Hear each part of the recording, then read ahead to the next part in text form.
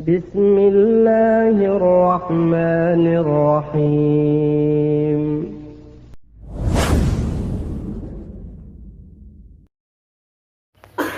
Assalamualaikum warahmatullahi wabarakatuh.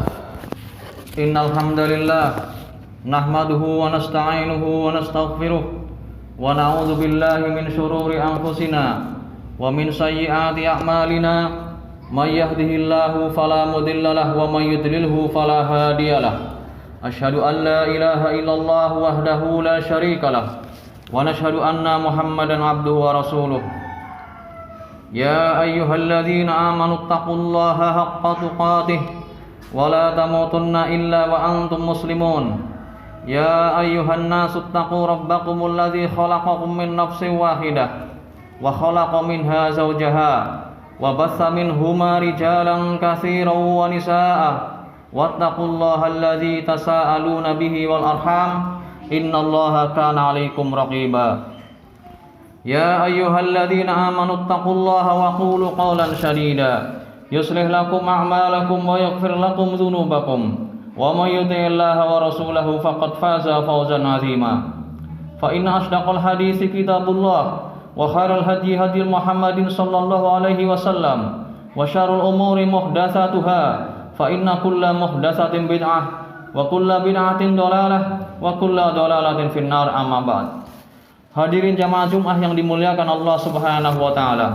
Marilah kita senantiasa meningkatkan iman dan takwa kita kepada Allah Jalla wa ala dengan cara menjalankan segala perintah-perintahnya dan menjauhi segala yang dilarang oleh Allah Subhanahu wa taala. Dan marilah kita senantiasa bersyukur kepada Allah Subhanahu wa taala atas nikmat dan karunia yang telah Allah berikan kepada kita.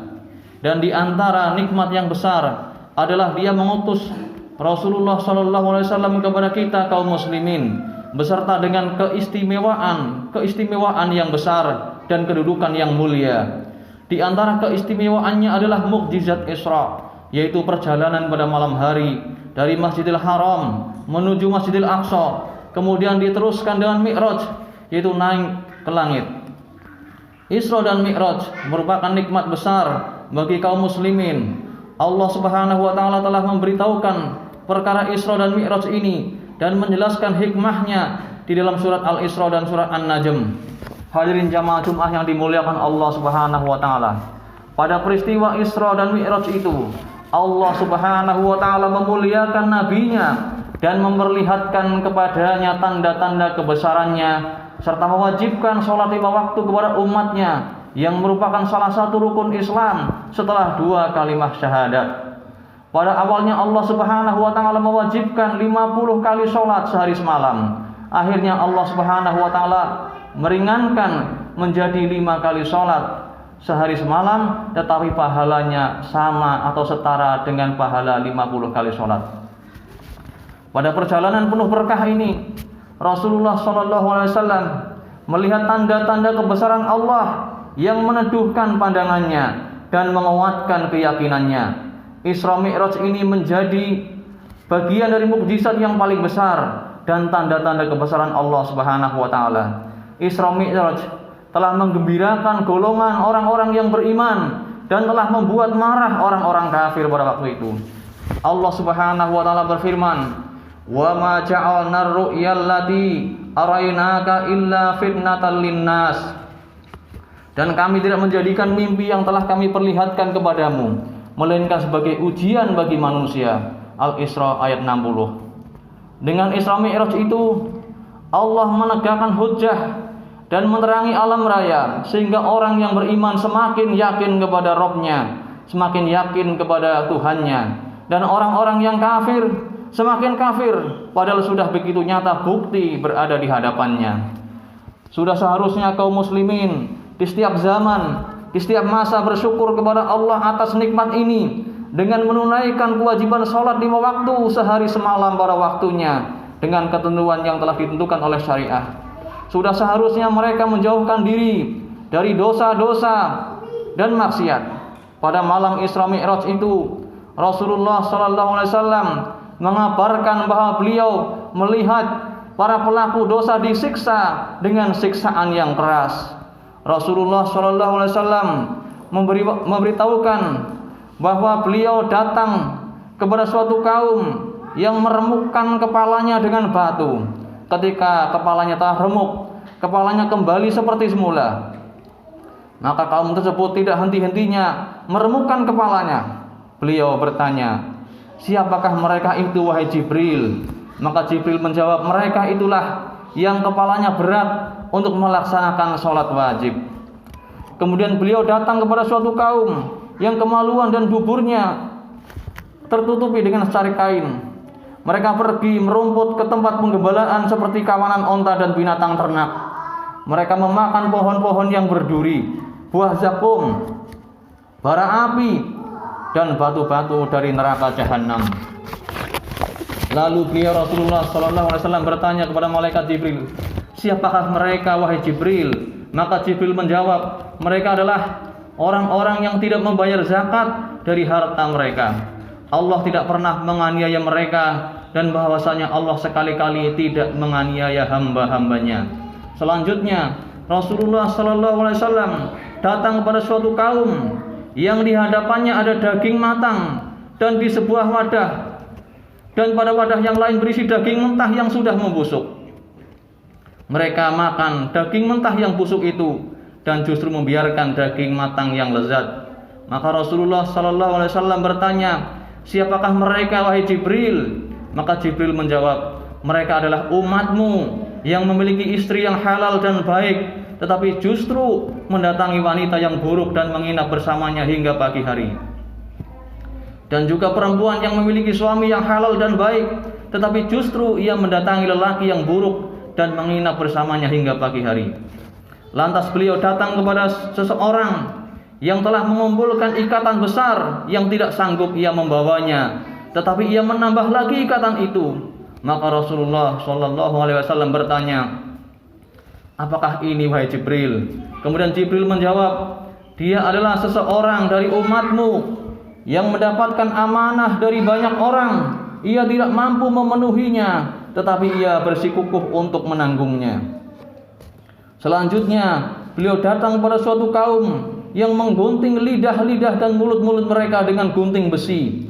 Ketika lidah mereka tergunting, lalu kembali lagi seperti semula, dan begitu seterusnya.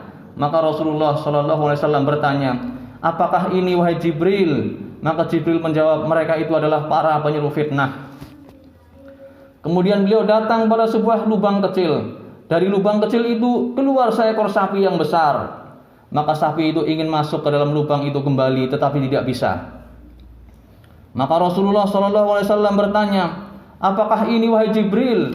Maka Jibril menjawab, ini adalah lelaki yang berbicara muluk-muluk kemudian menyesalinya, tetapi ia tidak bisa meralat ucapannya.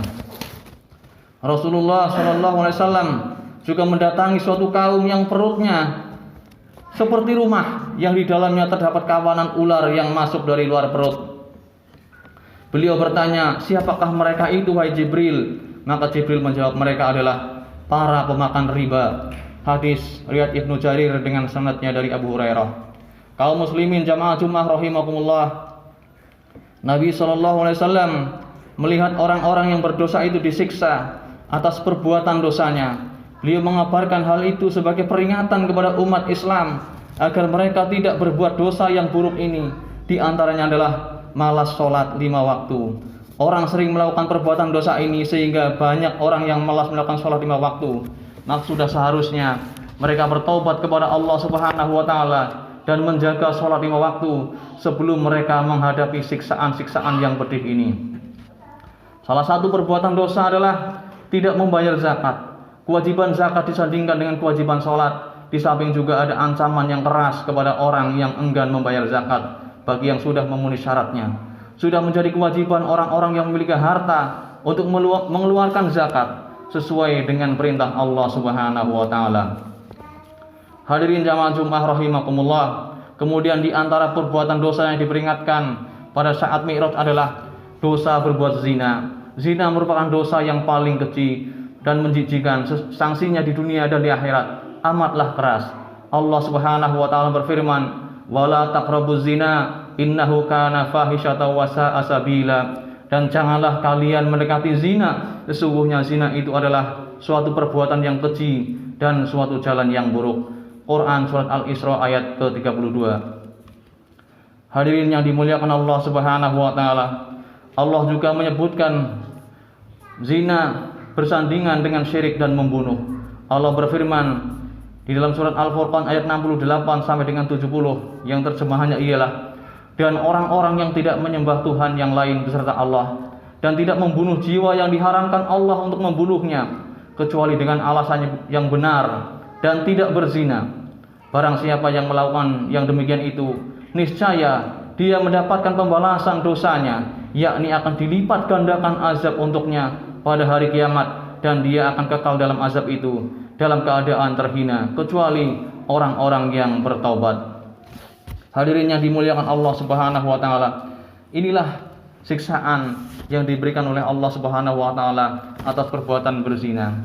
Kemudian di antara perbuatan dosa adalah berkhianat. Nabi SAW melihat orang yang mengkhianati amanah diberikan siksaan berupa membawa ikatan yang tidak bisa ditanggungnya, tetapi ia terus saja menambahkan sesuatu pada ikatan itu. Salah satu perbuatan dosa yang lain adalah para penyeru fitnah pada zaman sekarang yang memancing dan menyulut fitnah dengan orasi-orasinya, dengan ceramah-ceramahnya di tengah-tengah masyarakat. Maka mereka diperlihatkan oleh Allah kepada Rasulullah pada waktu Mi'raj, mereka menggunting lidah dan mulutnya sendiri. Betapa banyaknya pada hari ini para penyeru fitnah pada zaman sekarang yang disiarkan melalui berbagai macam media sosial. Mereka mengobarkan pemberontakan, mengobarkan pembunuhan untuk menumpahkan darah dan mengacaukan keamanan. Mereka mengajak untuk melakukan hal-hal yang dapat menimbulkan kekacauan di tengah-tengah umat. Mereka menyeru dengan cara mengolok-olok pemerintahnya sehingga tersulut orang-orang awam secara emosional, yang ini justru akan menambah kekacauan. Hadirin yang dimuliakan Allah Subhanahu wa taala, begitu pula orang-orang yang berbicara dengan kata-kata haram seperti berdusta, menghujat, menggunjing, mengadu domba, kesaksian palsu dan sumpah palsu. Mereka itu membuat kerusakan di tengah-tengah masyarakat. Mereka tidak bisa memperbaiki sesuatu yang telah mereka rusak dan juga tidak mampu mengembalikan kata-kata keji yang telah mereka lontarkan. Lalu orang-orang yang makan riba, perutnya akan membesar sehingga menjadi seperti rumah yang besar yang di dalamnya terdapat sekawanan ular yang menakutkan. Hal ini ditegaskan oleh firman Allah Subhanahu wa taala, alladzina ya'kuluna riba la yaqumuna illa kama yaqumul ladzi yatakhabbatuhu syaitanu minal masi. Orang-orang yang makan atau mengambil harta riba tidak dapat berdiri melainkan seperti berdirinya orang yang kemasukan setan lantaran tekanan penyakit gila. Surat Al-Baqarah ayat 275. Mereka orang-orang yang makan riba tidak bangkit dari kuburnya ketika hari kebangkitan kecuali seperti bangkitnya orang yang kesurupan jin, ia berjalan dalam keadaan semboyongan atau jatuh bangun. Karena banyaknya harta dan adanya bank ribawi, tempat mereka menginvestasikan harta sehingga riba menjadi sarana ekonomi, maka para pemakan riba ini menganggap aneh justru orang-orang yang mengingkari praktek riba. Bahkan saking begitu akrabnya mereka dengan riba, saya mengatakan, masa di zaman sekarang ini tidak bisa berjual beli kecuali dengan riba. Kaum muslimin rahimakumullah, oleh karena itu marilah kita senantiasa mengingatkan diri kita, keluarga kita dan saudara-saudara kita agar senantiasa menjauhkan diri dari perbuatan-perbuatan maksiat, dan kita berusaha untuk menegakkan apa yang diperintahkan oleh Allah Subhanahu wa taala kepada kita. Barakallahu li wa lakum fil Qur'anil azim wa nafa'ani bima fihi minal ayati wa dzikril hakim. Aqulu qouli hadza wastaghfirullahal azim li wa lakum wa lisairil muslimina min kulli dzambin fastaghfiruhu innahu huwal ghafurur rahim.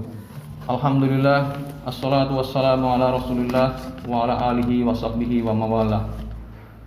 A'udzu billahi minasyaitonir rajim. Bismillahirrahmanirrahim. Subhanalladzi asra bi 'abdihi lailan minal masjidil haram ilal masjidil aqsa alladzi barakna haulahu linuriyahu min ayatina innahu huwas samiul basir. Hadirin yang dimuliakan Allah Subhanahu wa taala, pada khutbah yang pertama tadi telah kita sebutkan beberapa hal yang diperlihatkan oleh Allah Subhanahu wa taala kepada Rasulullah Muhammad sallallahu alaihi wasallam, yaitu berupa siksaan kepada orang-orang yang berbuat maksiat.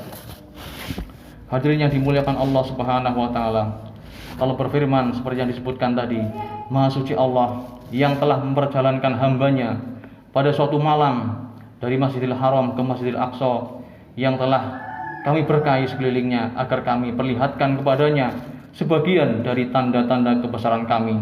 Sesungguhnya Dia adalah Maha mendengar lagi Maha mengetahui. Quran surat Al-Isra ayat 1. Hadirin yang dimuliakan Allah Subhanahu wa taala, Allah memuliakan dirinya lantaran kemampuannya yang gemilang, yang mana Dia menjalankan hambanya Muhammad sallallahu alaihi wasallam dengan cara memindahkannya di tengah gelap malam dari Masjidil Haram yang ada di Mekah menuju Masjidil Aqsa yang berada di Baitul Maqdis Palestina, yaitu masjid para nabi sejak masa Ibrahim Al-Khalil, dengan jarak yang begitu jauh antara kedua masjid tersebut. Selanjutnya dari Masjidil Aqsa Dia menaikkan Rasulullah SAW hingga menembus 7 lapis langit, bertemu dengan para nabi. Lalu Allah membicarakan wahyu itu kepadanya serta mewajibkan sholat 5 waktu. Kemudian kembali lagi ke Mekah malam itu juga. Beliau menceritakan hal itu kepada orang-orang. Ada yang beriman dan tidak jarang pula yang kafir dengan berita tersebut. Allah berfirman, dan kami tidak menjadikan mimpi yang telah kami perlihatkan kepadamu melainkan sebagai ujian bagi manusia. Al-Baihaqi meriwayatkan dengan sanadnya dari Aisyah, ia berkata, ketika Rasulullah SAW diisrakan ke Masjidil Aqsa, maka pada pagi hari orang-orang membicarakannya. Orang-orang yang awalnya termasuk beriman dan membenarkan beliau menjadi murtad. Orang-orang dari kalangan kaum musyrikin mendatangi Abu Bakar dan berkata, apa pendapatmu tentang sahabatmu itu? Maka ia menyangka dirinya diperjalankan tadi malam ke Baitul Maqdis. Abu Bakar bertanya, apakah ia berkata demikian? Mereka menjawab, benar. Abu Bakar berkata, jika ia mengatakan demikian maka dia pasti benar. Mereka berkata, kaum musyrikin, apakah engkau membenarkan bahwa tadi malam ia pergi ke Baitul Maqdis dan kembali sebelum pagi? Maka Abu Bakar berkata, benar. Bahkan aku membenarkannya pada perkara yang lebih daripada itu. Aku membenarkannya tentang berita atau wahyu yang ia terima dari langit di pagi ataupun sore hari. Oleh karena itu, Abu Bakar dinamakan atau digelari dengan As-Siddiq. Inilah keimanan yang kuat dan keyakinan yang benar. Dari situlah kemudian disimpulkan kaidah yang agung dalam dasar-dasar akidah, yaitu kebenaran berita dari Nabi Sallallahu Alaihi Wasallam. Apabila ada berita dari Nabi Sallallahu Alaihi Wasallam, kami beriman dan membenarkannya tanpa membantah, tanpa ragu ataupun merasa aneh, karena beliau adalah Nabi yang benar, yang tidak berbicara menurut kemauan hawa nafsunya. Kekuasaan Allah amatlah sempurna dan tiada yang sanggup untuk melemahkannya. Hadirin yang dimuliakan Allah Subhanahu wa taala, marilah kita berdoa kepada Allah, semoga Allah Subhanahu wa taala menambah kepada kita keimanannya dan menjauhkan kita dari dosa dan maksiat. Innallaha wa malaikatahu yusholluna 'alan nabi ya ayyuhalladzina amanu shallu 'alaihi wa sallimu taslima. Allahumma shalli 'ala Muhammad wa 'ala ali Muhammad kama shallaita 'ala Ibrahim wa 'ala ali Ibrahim innaka Hamidum Majid. Allahumma ighfir lil mu'minina wal mu'minat wal muslimina wal muslimat al ahya'i minhum wal amwat innaka sami'un qaribun mujibud da'wat. Rabbana la tuzigh qulubana ba'da idh hadaitana wa hab lana min ladunka rahmah innaka antal wahhab. Rabbana hab lana min azwajina wa dzurriyyatina qurrata a'yun waj'alna lil muttaqina imama. Allahumma inna nas'aluka salamatan fid dina wa afiatan fil jasadina wa ziyadatan fil ilmina wa barakatan fi rizqina wa taubatan qablal mautina wa rahmatan indal mautina wa maghfiratan ba'dal mautina. Allahumma inna nas'aluka ilman nafi'an wa rizqan thayyiban wa amalan mutaqabbala. Rabbana atina fid dunya hasanah wa fil akhirati hasanah wa qina adzabannar. Subhana rabbika rabbil izzati amma yasifun wa salamun alal mursalin walhamdulillahi rabbil alamin. Aqimis shalah.